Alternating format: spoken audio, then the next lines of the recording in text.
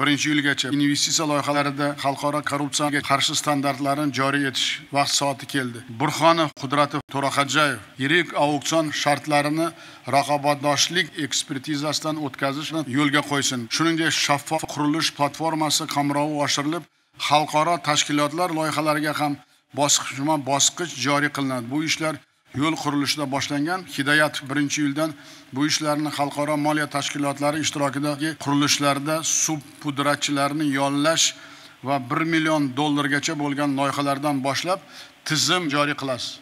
Korrupsiyani oldini olish davlat xizmatiga professional va fidoyi kadrlarni tanlashdan boshlanadi. Kadrlarni baholashda eski namunadagi obyektivka degandan voz kechamiz.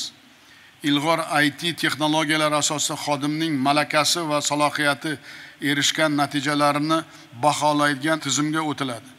Lozimga qo'yishda xodimning qaysi oliygohning bitirgani yoki qayerda ishlagani emas, qanday bilim tajribaga egaligi va ko'rsatgan natijalari asosiy mezon bo'ladi.